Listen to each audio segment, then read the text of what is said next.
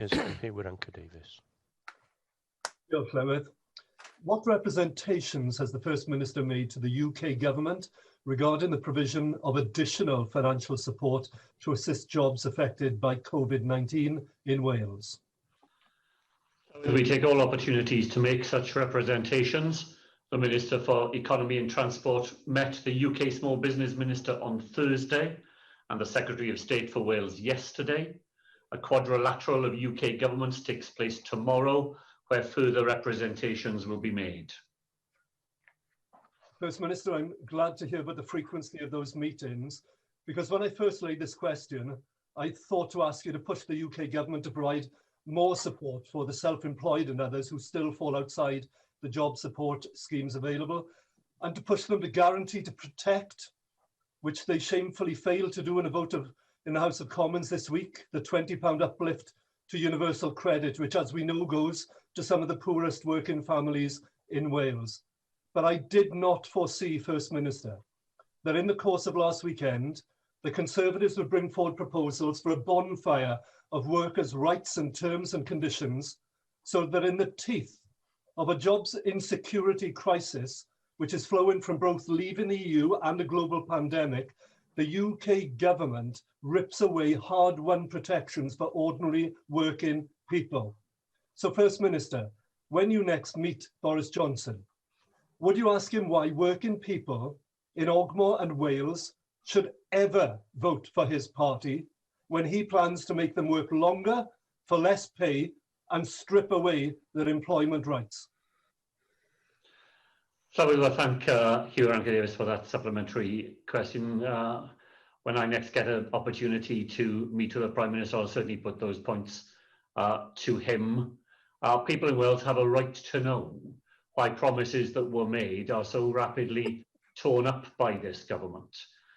We were provided with a promise that workers' rights will be protected as we left the European Union. We see how shallow that promise was. We were promised that Wales would not be a penny worse off through leaving the European Union. That promise has been shredded time and time again, just in recent weeks. We're promised that we will get protections that other parts of the United Kingdom get. Yet when at the weekend, the UK government made very great deal of fuss about the support it was going to give to airports, having decided that travel corridors could no longer be sustained. It turned out that while Bristol will get £8 million, Cardiff Airport is to get nothing from them. Time and time again, this government fulfills that well-known saying, known everywhere in Wales, you can't trust the Tories. Sir George. Diolch, Llywydd. First Minister, I've had a number of concerns raised with me from those working, or those businesses rather, in the hospitality and tourism sector. And the issue seems to be that the criteria for the Economic Resilience Fund is that staff, they have to employ staff on the PAY system. Now, many in that industry, of course, would point out that that's the very nature of the industry, where they do employ people on a via a self-employed basis, whether they're cleaners or on a short-term basis. Can you agree, First Minister, to have a look at this particular issue in terms of the next round for the Economic Resilience Fund? Because the hospitality and tourism sector need urgent support, and this criteria that could be helping them through the Economic Resilience Fund is preventing them from actually able to accessing the support. So the tourist and hospitality industry in Wales has the most generous package of support anywhere in the United Kingdom, and millions of pounds have been paid out to those industries and those businesses in order to assist them through the enormous difficulties which the pandemic has created for them. I'm happy, of course, to look at the specific point that the member has raised. We hope here in Wales to be able to announce further support to industries affected by the current state of the pandemic. We'll be assisted in that when it is clear from the UK government how much money we have in order to be able to make those further announcements. The member will know that the Treasury announced that we were getting £227 million coming to Wales as a result of further support in England, only the following day to withdraw that announcement and to tell us that we had the money already. Now, when we do have genuine clarity, then we will be in a position to make those further announcements to which we are committed. And I'm happy to say that we'll take up the point that the member has raised in those discussions. Caroline Jones. Diolch, Llywydd. First Minister, do you agree with me that the best way to secure jobs during this pandemic is to ensure that all employers affected by measures to curb the spread of COVID-19 receive support? Because I have been contacted by 2 such affected companies in my region, both of which operate amusement arcades and both of which have been refused support because they're classed as gambling businesses. First Minister, these are legal businesses, their taxes are taken and they are suffering the same as any other leisure business. So shouldn't they receive the same support as other leisure businesses? Thank you. Well, Llywydd, more than £1.7 billion is already in the accounts of businesses here in Wales as a result of the assistance that they have received from the Welsh Government. And there is more still to be claimed, and there are more announcements, as I said, to come with further support. In the end, as members will understand, this is public money. There have to be rules about how claims can be made and who can claim them. It's for businesses who think they have a legitimate claim and can bring themselves within those rules to do so. And provided they can, then those payments will be made. But when you are dispersing public money on the scale that has been necessary during this public health crisis, it has to be done on the basis that that money can be properly accounted for. And when payments are made, there is confidence that they are being made to legitimate businesses for legitimate purposes. And those are the rules that we have here in Wales. Question 2, Neil Hamilton.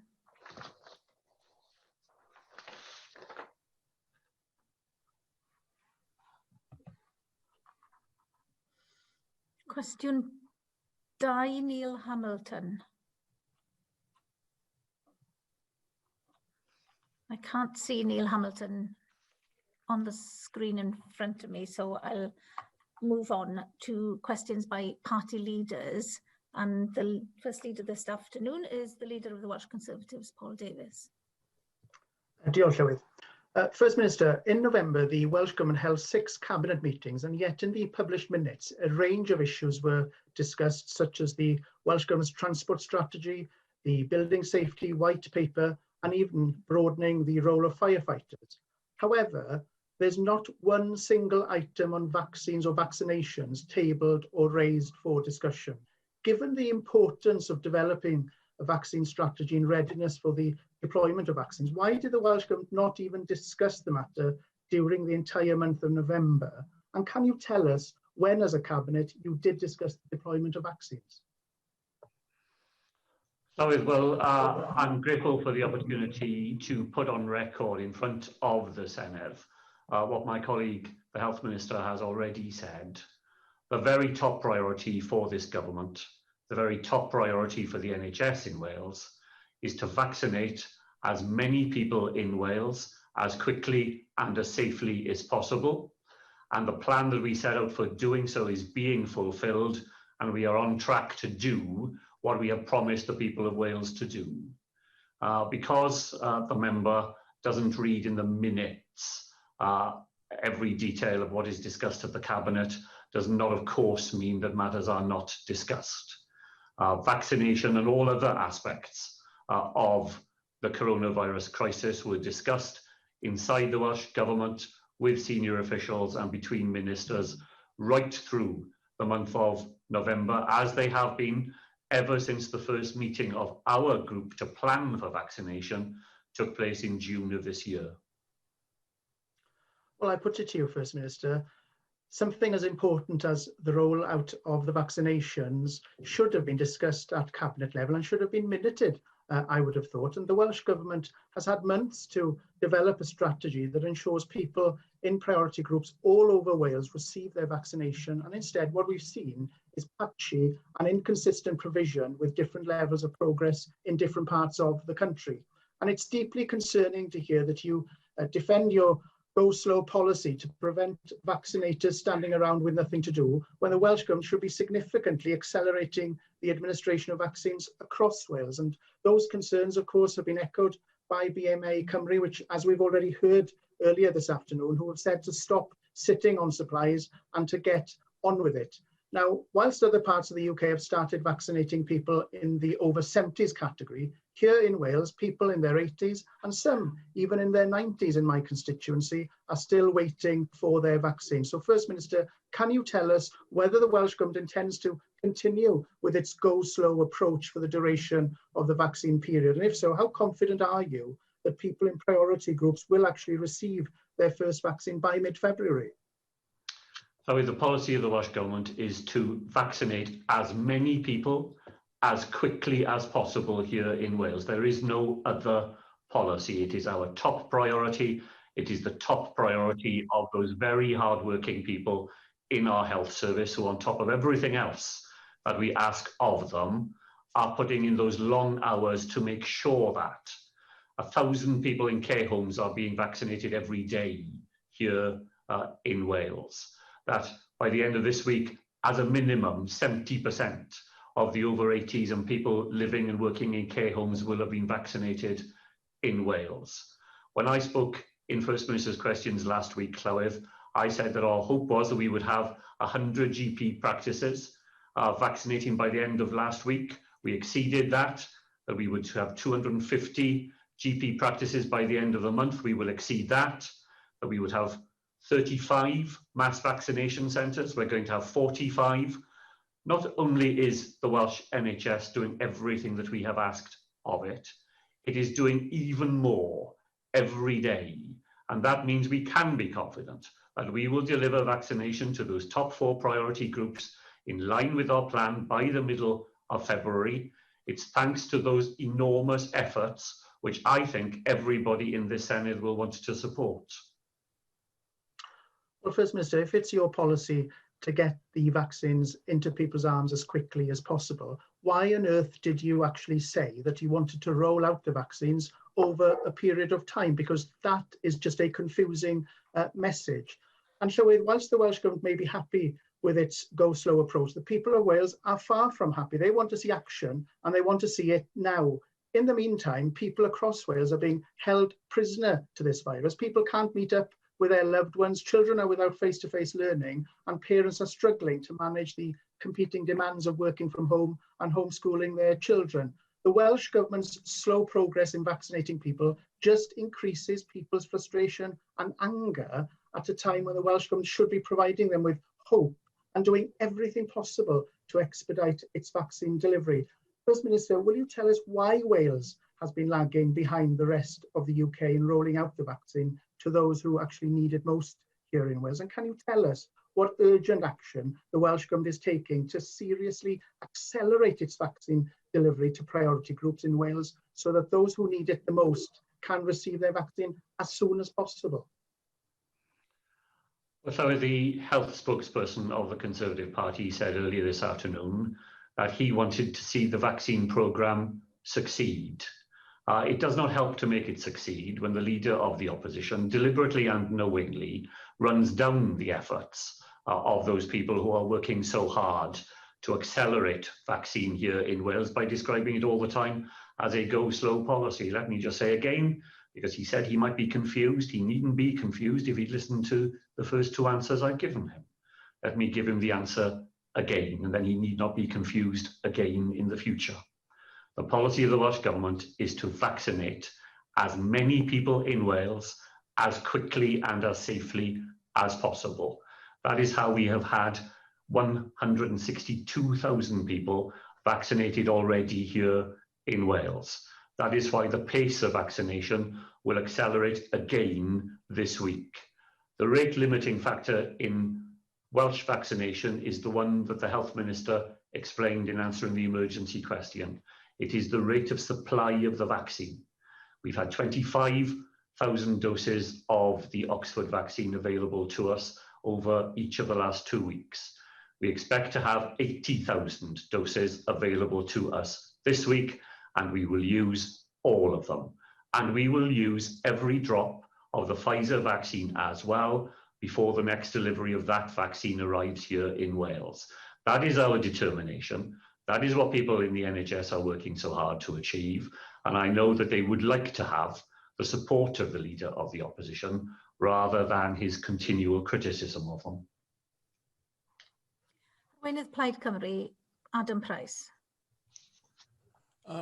First Minister, if the rate limiting factor is supply, and your minister, the Health Minister just said that that was true across all of the nations, what it then explains the differential rate of vaccination in Wales compared to, as we've heard, the UK as a whole, England and Northern Ireland in particular. If it's the same rate of supply across these nations, then why are we seeing a differential rate, a gap between the rate of vaccination in Wales? We haven't really heard, to my mind, a coherent, clear answer to that question. So can you give it to us now? Well, so the race we are in Wales is the race with the virus. The race is between infection and injection. It is not a race with other countries.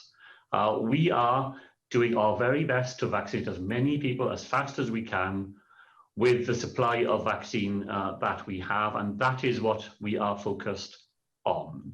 The figures between different parts of the United Kingdom will vary over time, as they do with every other aspect of coronavirus. The figures that matter to people in Wales are the figures of vaccination that are going on here, and our determination and our confidence in the plan that we have, which is the same plan as in any other part of the United Kingdom, which is to complete the vaccination of the top 4 priority groups by the middle of February. We are on course to do that, and that is where our efforts are focused. First Minister, you haven't addressed my question, and it's a reasonable question for me to put to you. And it's a question that my own elderly parents ask me, because they're in the position, they haven't had a date at all. Both of them in their 80s. My father, an 85-year-old ex-miner, has COPD. He's in a clinically vulnerable group, and yet he has had no communication yet to explain to him when he's going to get a vaccination. We have family, like many people in Wales, across different parts of the UK. Many of them have been vaccinated, and they have had a date for the vaccination. And so it's a reasonable question to me to put to you again, First Minister, is what it explains the gap, because it's important for us to know, because if there's a problem there, then we can solve it. I mean, is it the case that we heard the Minister referring to the fact that Wales has higher shares of population in some of the priority groups? Absolutely. We've got higher numbers of people in the over 80s. We've got a significantly higher share of people in the over 65s. So isn't there a case to return to the question of whether we should be getting a share which is greater than our population because of this higher level of need? Well, as I discussed that very issue with the First Ministers of Scotland, Northern Ireland, and with Michael Gove at the Cabinet Office in our meeting on Wednesday of last week, we explored it with the most senior civil servant who is responsible for securing and dispersing supplies of vaccines across the United Kingdom. The point about our age structure was recognised in that conversation, and actions are being taken to make sure that it is taken into account in the supplies of vaccine, which will ramp up here in Wales and across the whole of the United Kingdom. The figures of what happens elsewhere in the United Kingdom, what happens in Wales, will, as I say, change week by week. What we are focused on is making the fastest and most efficient use of every drop of vaccine that comes here in Wales. We've used the Oxford vaccine that's come to us over the last 2 weeks. We will use the 80,000 doses that we have this week and accelerating numbers beyond. And we will use all the Pfizer vaccine that we have before there's another delivery right here in Wales. And the figures that will matter most to people, and I absolutely understand that there are people who are still waiting to be contacted. Our program set out that we would offer the vaccine to everybody by the middle of February. Inevitably, there are some people who will still be waiting. I absolutely understand that they will be anxious and waiting to be contacted. The figures that will matter to them are the figures of how the vaccine is being deployed here in Wales.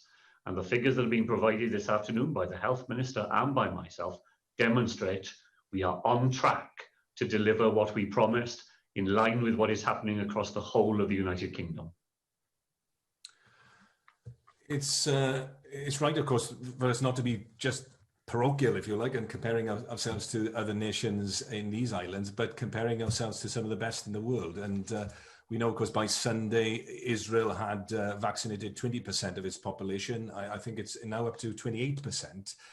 It was initially expected that their program would also suffer a slowdown with Pfizer doses running low, but the Israeli government secured a commitment from the company to bring forward deliveries on the grounds that they would share statistical data in return, giving scientists a case study through which to analyse the impact of the vaccine rollout.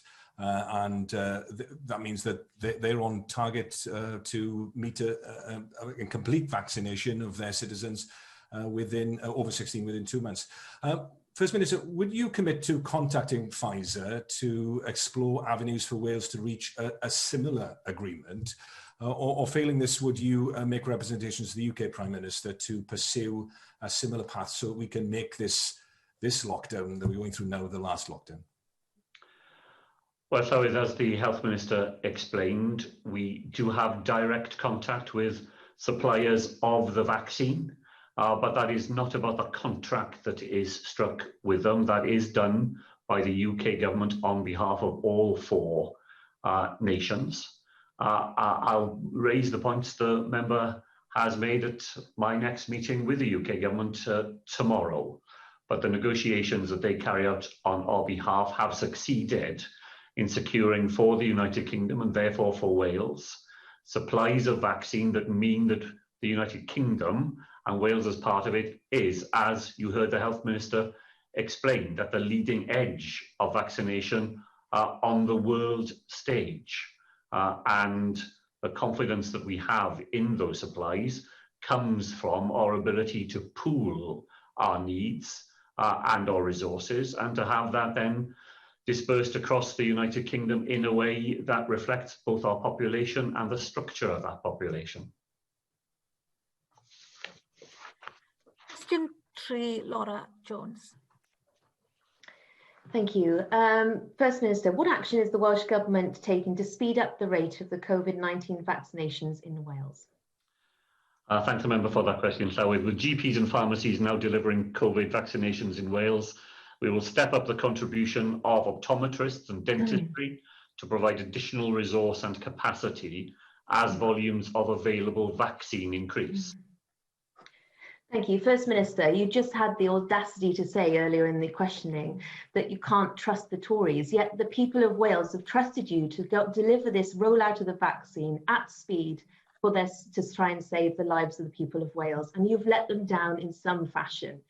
I welcome the comments by the Health Minister earlier, but quite frankly, your comments over the last couple of days in the media are bewildering. And I think that's a good use of word by the Medical Association. Like in England, this whole system in Wales needs to be more transparent. We are in a sprint to save lives.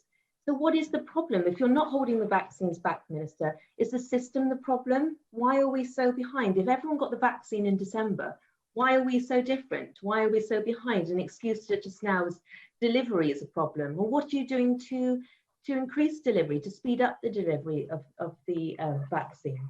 People are ready and waiting, as Janet Fitzgerald said, to deliver and to vaccinate people. They're wanting to vaccinate more people. And yet the Community Pharmacy of Wales has expressed concern at the lack of engagement they've had from your government to expand the vaccine rollout programme. What's going on, Minister? How can you justify us being so far behind everyone else? Well, so as I've explained, as the Health Minister has explained, we set out our plans to vaccinate the whole of the top 4 priority groups here in Wales on a common timetable with the rest of the United Kingdom. We are on track to deliver on that promise. We will vaccinate the 4 priority groups by the middle of February. Letters are going out in Wales this week to people aged over 70 and in the previously shielding group to make sure that they are ready to receive the vaccine, which will be available to them in all parts of Wales at the accelerating pace that the figures for the last 3 weeks continue to demonstrate. All of those plans are there. What we need to make sure that we can deliver them is a supply of a vaccine that matches our capacity on the ground to deliver it. The delivery mechanisms are there and ready and will be expanded in the way that I explained to the member. We need the supply of vaccine to match that, and then we will make sure that, as we set out in our plan, those 4 top priority groups will all receive the vaccine in line with everywhere else by the middle of February. I received a request to group questions 3 and 7, and therefore I'll call Darren Miller to ask his supplementary on question 7. Darren Miller. Diolch Llywydd. First Minister, the Betsy Cadwaladr Health Board, according to a written answer from your own Health Minister, received just 17.3% of the vaccine stock distributed by the Welsh Government to the 8th of January, in spite of having over 22% of the Welsh population to look after. And just last week, GPs in North Wales who were part of the vaccine rollout programme were told to postpone appointments because of delays in delivering vaccine stock. Now, this is coupled with what appears to be a slower rollout of the vaccination programme in North Wales. Can you tell us why North Wales isn't getting its fair share of vaccine stocks, or certainly wasn't up until the 8th of January, and also why GPs can't use the Pfizer-BioNTech vaccine, given that it has a 5-day shelf life, even after being taken out of deep cold storage? Because as I understand it, that's one of the reasons why the ramp up hasn't been quicker than it currently is in North Wales. So the member is quite wrong in his description of the position in North Wales. By 8 AM yesterday, 31,095 citizens in North Wales had been vaccinated, and that is by some way the highest number of any health board anywhere in Wales. So far from being held back, actually the actions of the Betsy Cadwaladr Health Board are putting them in the lead of vaccination here in Wales. And that is because of the amazing response that we have had from the GP community and the community pharmacy community in North Wales. All 98 primary care practices in Betsy Cadwaladr have indicated that they wish to engage and deliver the AstraZeneca vaccine. Now, Darren Miller is right that we had hoped to receive 26,000 more doses of the Oxford vaccine than will come our way this week. And that has meant that some plans that were there in North Wales to accelerate still further vaccination have had to be held back. The good news is that the UK government assure us that we will get that supply next week, in addition to what we were already expecting next week. So that will be a very temporary sort of downturn in the vaccine that we would otherwise expect. GPs in their own surgeries are much better equipped to deliver the Oxford vaccine than the Pfizer vaccine. For reasons that many members will know, the Pfizer vaccine has to be stored in very particular conditions, not simply of temperature, but in other conditions as well. It means that Pfizer vaccines are suited for the mass vaccination centres, 3 of them already in North Wales, for the hospital-based vaccination centres, 3 of those in North Wales, and that the GP community will focus on the AstraZeneca Oxford vaccine.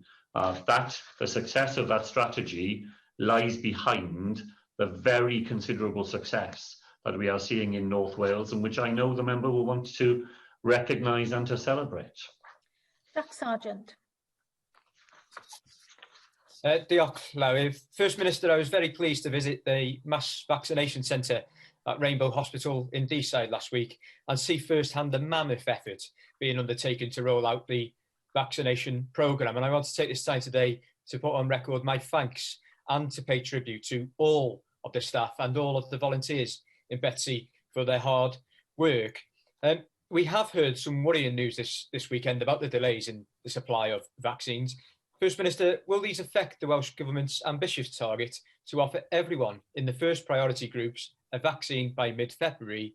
And can the First Minister reassure me that every community pharmacy that expresses interest will be administering the vaccine across North East Wales and in particular in Flintshire?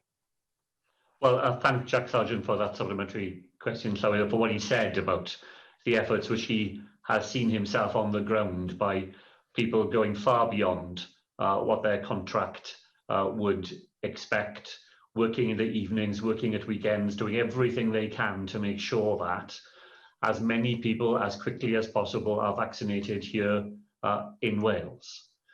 The problems that have been reported with the vaccine supply are just a warning to us that supply chain does have fragilities in it. We were due 4 batches of the Oxford vaccine to Wales this week. One of those batches, very late in the process, was identified as needing some further attention and therefore couldn't come to us this week. Members will have read some of the concerns that have been expressed elsewhere in Europe about issues at the Belgian factory of the Pfizer company. I think Pfizer has since confirmed that there are some issues at that factory and that will have some impact on its ability to ramp up supplies in the way that it had anticipated. These are problems, however, that do not simply affect Wales. They affect all those places that are relying on the vaccine coming through in the way that we would all wish, and the impact of the Oxford vaccine issues wasn't just felt in Wales, it was felt in other parts of the United Kingdom as well. We remain confident, to go to Jack's point, we remain confident that we will deliver the promise we made, that those top 4 priority groups will be vaccinated by mid-February. And the contribution of community pharmacy will not simply be in pharmacies themselves, but will be made by community pharmacists helping at mass vaccination centres, where the skills and the abilities that they have built up through, for example, the flu vaccination programme, will be put to very good use in making sure that those vaccines are delivered as quickly as they possibly can be to people here in Wales. Bevan Syed. Diolch. I've had quite a lot of communication from people who are anxious because they don't feel that the government is being proactive enough in telling them who is eligible and when they will get that information through. I've even had some comments and some phone calls to my office as we've been speaking here from over 80-year-olds saying they've had to chase appointments with the GP. I hear what you're saying, that they will find out in February, but I think people need to know loud and clear exactly when they will be having that information to allay any anxieties they may have. I've also been concerned with a lady who contacted me in my region who is over 80, but was told to go to a centre over 30 miles away. That simply is not acceptable.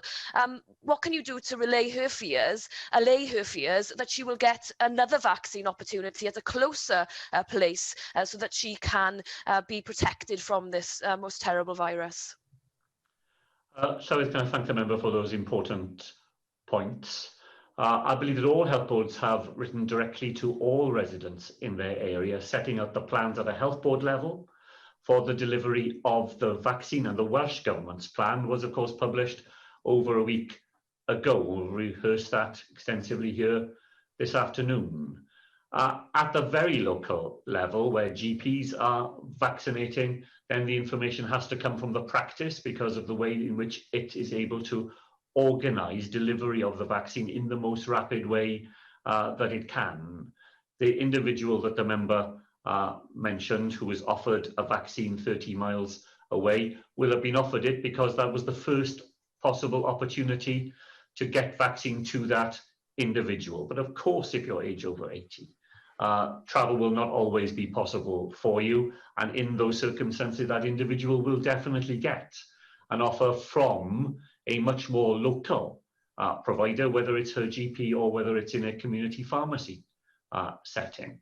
But the offer will have been made because of everything we have heard and the other people that the member mentioned, people wanting to know and wanting, of course, to get the vaccine as fast as possible. And the offer will have been made because that would have been the first possible opportunity to allow that person to get the vaccine that they will want. When it isn't possible for them to take up that offer, then a different offer will be made to them by the Welsh NHS, and one that they will be in a position to take up. Alan Davis. I'm grateful, Presiding Officer, and thank you for your answers on this, First Minister. I visited the mass vaccination centre which opened in Ebervale last Thursday, and I have to say it was an inspiring and uplifting experience to see the enthusiasm of the nursing staff of the health service workers working alongside the RAF personnel who were there managing the process was something which was really uplifting to see, together with the people overwhelmingly over 80 years old who were being vaccinated, and the sense of purpose of those people walking into the general offices to receive their vaccination and then feeling so confident walking out. And you know, First Minister, what people in Blaenau Gwent want is to see politicians working together to put people first and not playing politics with their lives. That's what people want, and that's what they tell me. And what they want to see is how we can expand and quicken the pace of the vaccination programme when GPs and pharmacies are able to deliver the vaccine in their own community close to home. Can you this afternoon guarantee that GPs and pharmacies will be having doses of a vaccine and will be able to supplement the mass vaccination centres to ensure that the people we want to take care of have a vaccine and are able to feel safe? So thank Andreas very much for that supplementary question, and I agree with him completely. What people in Wales expect is a genuine Team Wales effort to get this enormous vaccination programme done as fast and as effectively as we can. And it is inspiring. It is inspiring when you talk to and hear from those frontline staff who are going far beyond what could reasonably be expected of them to make sure that the programme is a success. And let me just give the member just a couple of figures to bear out what he asked. Because in Gwent, this week, just gone, 14 GP practices had already commenced clinics using the Oxford vaccine.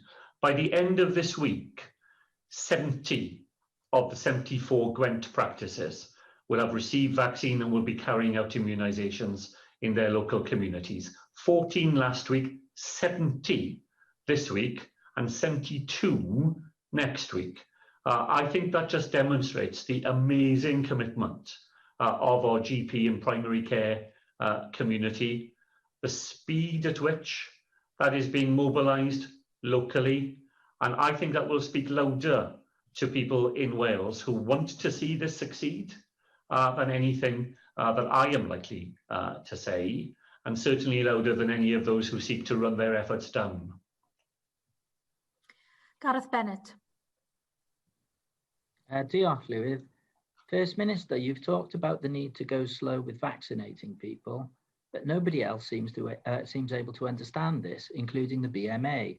And 3 other ministers, rather than explaining the thinking behind the go slow, have simply come out and decided that this is what is happening. Vaughan Gething, Kirsty Williams and Jeremy Miles are all saying that the vaccine is being rolled out as fast as possible. In other words, they are, all of them, totally contradicting your publicly stated policy. I wonder if you can explain why this is happening. We now understand from your response earlier today that the vaccination programme has not even been discussed at cabinet level. Does your cabinet understand your policy on vaccinating the Welsh people? Does anyone understand it? Well, so it would no doubt improve the quality of discussion here in the Senedd if the member were to just listen to what has been said already. The Cabinet discusses all aspects of our coronavirus response throughout the coronavirus period, including vaccination. Let me put that point clearly to him so that he need not make that mistake another time. As to the pace of the rollout, let me just say it again. The policy of the Welsh Government is to deliver vaccination as fast as we can for as many people as we can, as safely as we can in all parts of Wales. Next time he quotes our policy, I look forward to him quoting that, because he's heard it from me, and he's heard it from me repeatedly during the afternoon. There really is no excuse for the members' confusion. Heaven David. Yesterday, sorry, can you hear me? No, we can hear you. You can carry on. Yeah, sorry, it was a technical issue there. Yesterday, the Aneurin Bevan University Health Board confirmed that all GPs in my constituency will be in receipt of the vaccine today and tomorrow. That's up from 13 in the whole board area last week. The vaccine centre at Ystrad is open indefinitely to help hit the 4 priority targets by mid-February. And last week, nearly 11,000 people in our area were vaccinated. I've had some concerns raised with me by residents who've had relations in England about what they perceive to be a postcode lottery happening there. And it's in all of our interests to ensure that the whole of the UK is vaccinated as soon as possible. I'd want to recognise after this past few days the progress that's been made in the Aneurin Bevan Health Board area. And would the First Minister therefore recognise that and the progress being made in Caerphilly?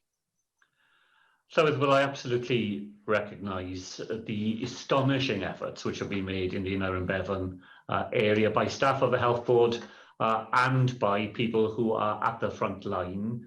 That's particularly commendable, I think, given that only weeks ago, the level of coronavirus in the Aneurin Bevan Health Board area was amongst the highest in the whole of Wales. And the Health Board has had to deal not simply with vaccination, but dealing with all those people who have fallen ill with this virus and the demand that that has placed on health services and hospital services, particularly in the Aneurin Bevan Health Board area. As of today, Llywydd, I'm very pleased to say numbers in the Aneurin Bevan Health Board area continue to decline because of the efforts that residents, particularly residents of the Caerphilly areas we've discussed here in the Senedd previously, with the enormous efforts they have made during the lockdown to help us to get those numbers heading in the right direction. And the Health Board has taken every advantage of the opportunities it now has to mobilise its primary care community to deliver vaccination in the way that the member has already described, and at the scale that will be evident in the Aneurin Bevan area over the week ahead. Now, I repeat what I said earlier, that I am focused on what happens here in Wales and delivering on the promise that we made. But everywhere in the United Kingdom, you will find people raising concerns that people who are younger than themselves have been offered vaccination while they themselves are still waiting for it.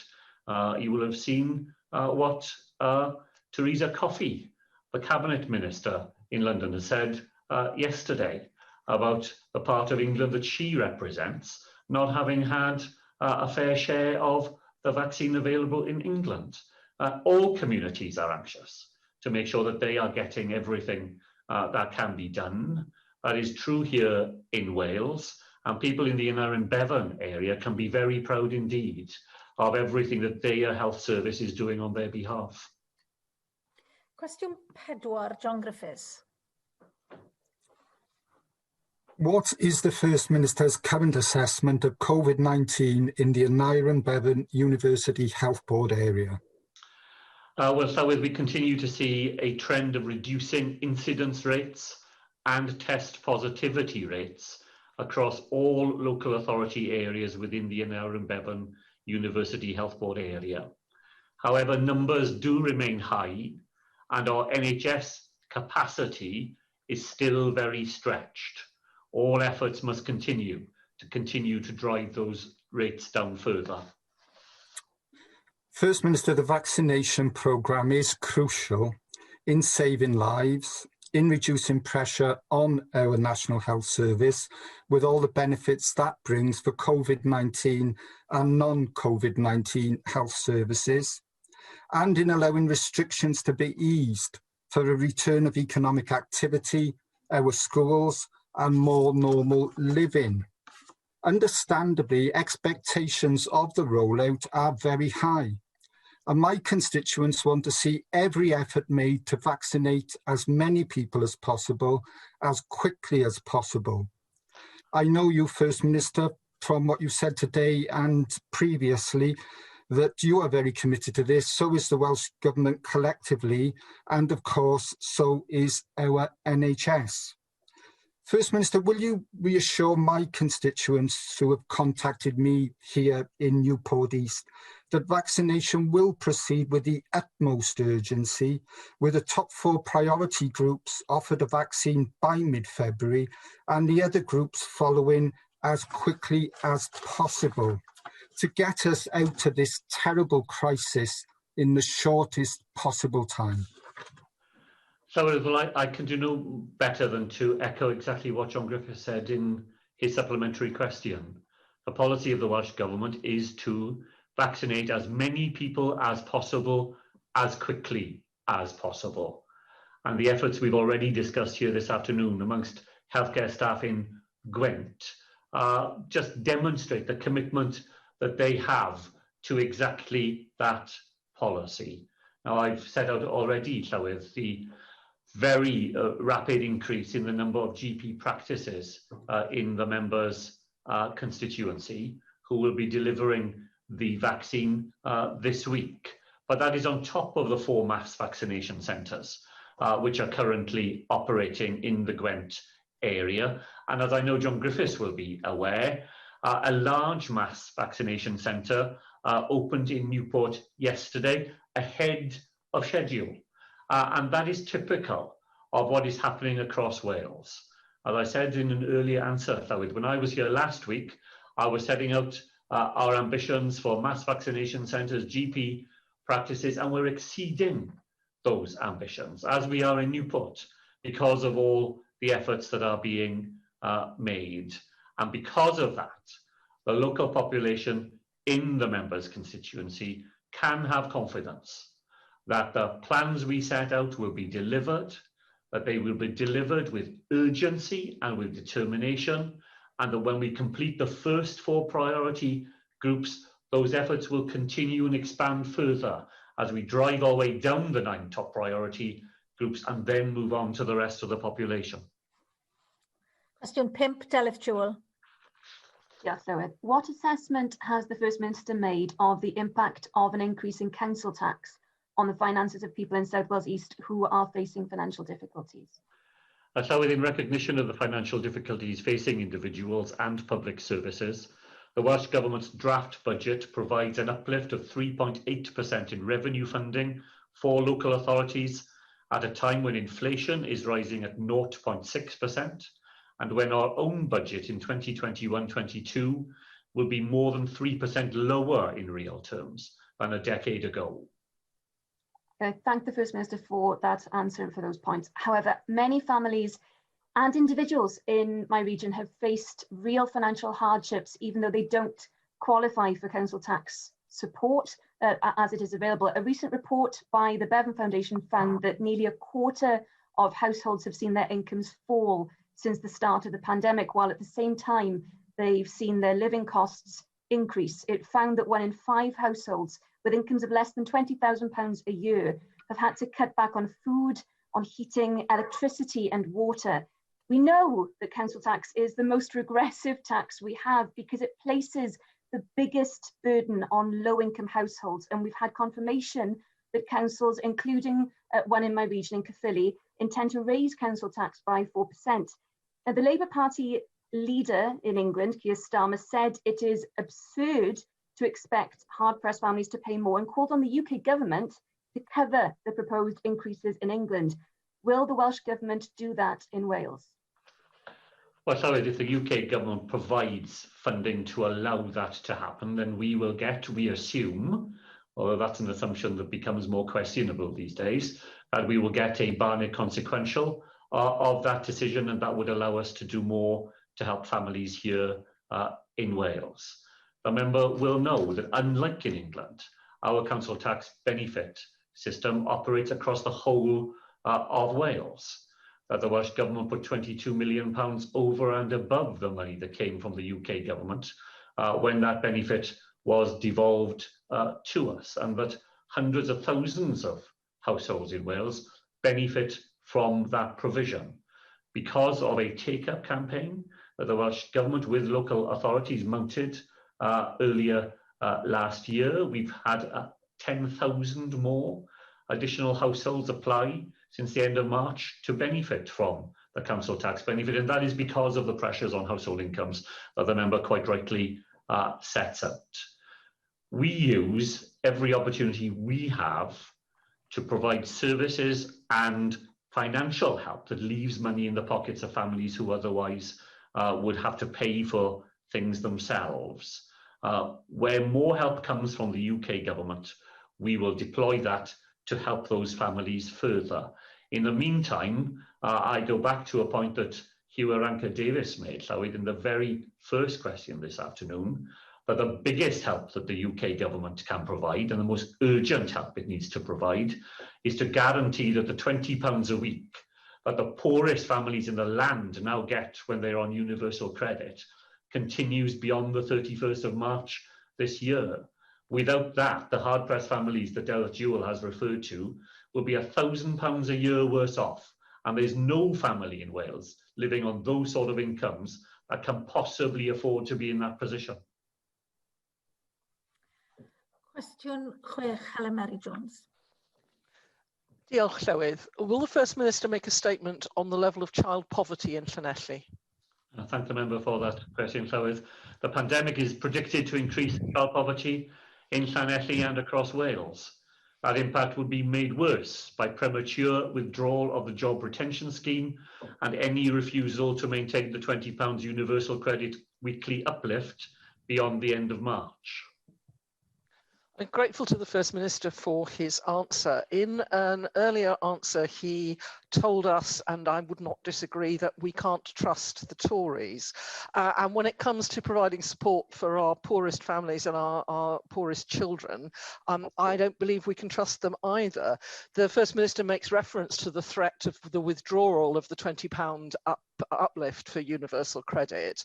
But given what he said to us about not trusting the Tories, can I ask him again to reconsider his decision not to seek the devolution of benefits, as has been recommended by a committee of this Senedd and by independent research and think tanks, because that would enable us, despite the financial challenges, to develop a system of our own that would be fairer when it came to supporting families in these positions.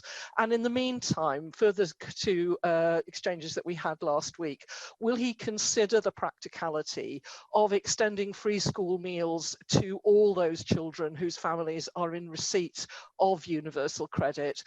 If we can't get the devolution of the main part of the benefit system, is it not time for his government to support those families in ways that are within this Sened's current competence? Well, Llywyd, thank you, Helen Mary Jones, for those further questions. I am persuaded by much of what was said in the report provided by the committee of the Senedd chaired by John Griffiths about exploring the devolution of the administration of aspects of the benefit system. That was a very helpful report, and it helps to shape the thinking of the Welsh Government. And I'm very happy to go on exploring that with members who are of a similar persuasion. As to the point that the member makes about free school meals, the changes that we have made to free school meals entitlement during this term will extend eligibility to thousands more children over the next couple of years. Plaid Cymru's policy is to provide free school meals to every child in a family where universal credit is being claimed. I set out for the member last week that if those families have 2 children per family, that's a cost of £67 million a year. and that would rise to over £100 million a year. Those are the costings that I have been provided by officials in the Welsh Government, whose job it is to help us administer the help we currently provide to families receiving free school meals. Those are choices that governments can make. But the last questioner, Llywydd, asked me to find Welsh Government money to help families who struggle because of the council tax. Plaid Cymru has a policy of providing £35 a week for free school meals children, again at a cost of many millions of pounds. It has a policy of providing free childcare from 12 months of age at a cost of £950 million. It has a policy of free social care for everyone in Wales.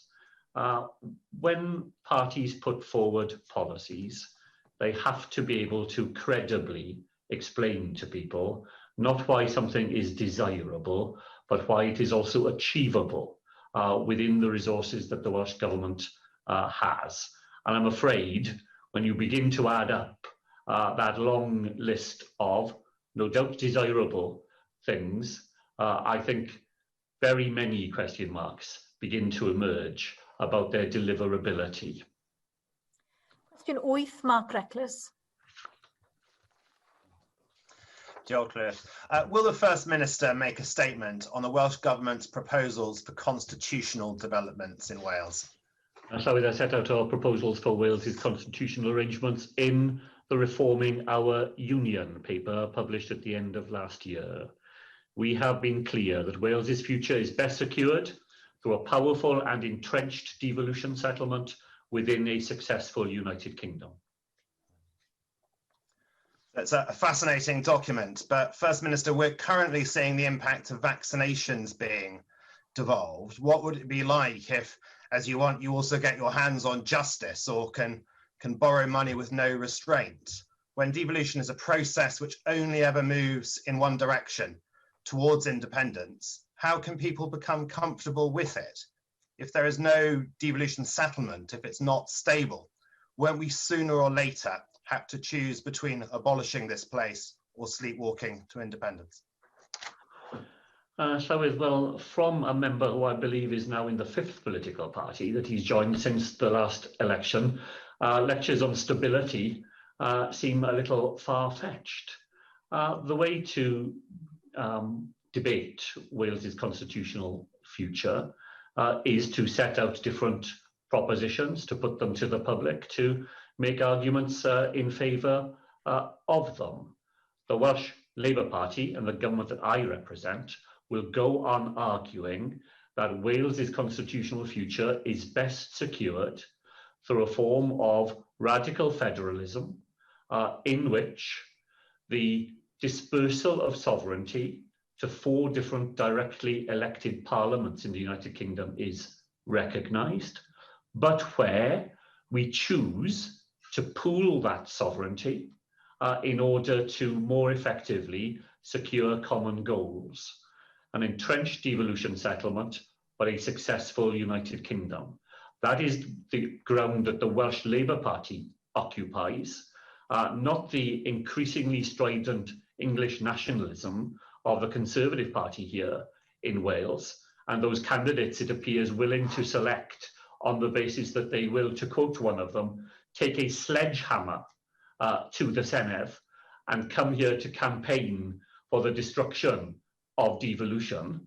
That appears to be the viewpoint of the modern Conservative Party in Wales, but nor will we support the idea of independence, a 19th century idea to a 21st century problem. The real future, the constitutional future that the bulk of people in Wales want to see is proper, powerful, entrenched devolution with the advantages that continued membership of the United Kingdom brings to Wales. Finally, question now, Jenny Rathbone. Thank you very much, Llywydd. What are the implications for Wales of the UK government's decision to cancel UK participation in the European Erasmus programme? So with the decision by the Westminster Government not to participate in Erasmus Plus means that the benefits of a highly valued programme are being denied to our young people. For the first time this year, organisations and institutions in Wales will no longer be able to submit new applications to Erasmus Plus in an act of cultural vandalism. Thank you, First Minister. I would agree with you. It is indeed an act of cultural vandalism. But one of the most disappointing aspects of the UK government's decision to turn its back on Europe and the opportunities that Erasmus offered for young people, particularly those from disadvantaged families, is that my understanding is that the touring scheme, which they hope to replace it with, does not allow youth services to nominate people who may not be taking the academic path on their future career path, but those who need to nevertheless broaden their horizons, understand what the innovations are that already exist in Europe and which could be strengthening their capacity to run successful businesses here in Wales. So what options are now open to young people to engage with their global responsibilities in an informed way? Well, so I think it's a very good question from Jenny Rathbone. Let me repeat what I said here once before, Llywyd. The Turin scheme is an English scheme being imposed on the rest of the United Kingdom. It is an early example of the way in which the Conservative Party intends to use the Internal Market Act, because instead of providing money to Wales for us to discharge our devolved responsibilities for higher and further education and the youth service, this is to be a scheme imposed on us, funded directly from Whitehall with no reference at all to the particular needs, circumstances and democratic preferences of people here in Wales. And Jenny Rathbone is absolutely right. We have made greater use of the Erasmus programme for young people through the youth service than any other part of the United Kingdom. It's been a distinctively Welsh feature of the use that we have made of it, and that's now going to be denied to us. And that is part of the disgrace of the UK government's failure to negotiate proper participation in the scheme, and then to compound that by imposing on us a scheme that simply doesn't meet the needs and preferences of people here in Wales. We will now have to build up, in answer to the member's final part of the question, those schemes that we already have in operation in Wales. The SEREN programme that sends young people to Yale, Harvard, Chicago and the Massachusetts Institute of Technology, the scholarships that we promote through Global Wales, the MIT Global Teaching Laboratories, in which 25,000 learners in Wales participated in 2020. And so when I met the German ambassador a week ago, he very positively put to me the prospects for bilateral arrangements between young people in Wales and young people in Germany outside the arrangements that the UK government is contemplating imposing on us. So we will pursue those bilateral opportunities, those opportunities we've already invested in, to try and make good the fact that young people in Wales are now to be denied opportunities that generations of young people have been able to enjoy up until now, and were quite certainly promised to them by the UK government and have failed to be delivered in the deal that they have struck with the European Union. Thank you, First Minister. The next item is the business statement and announcement.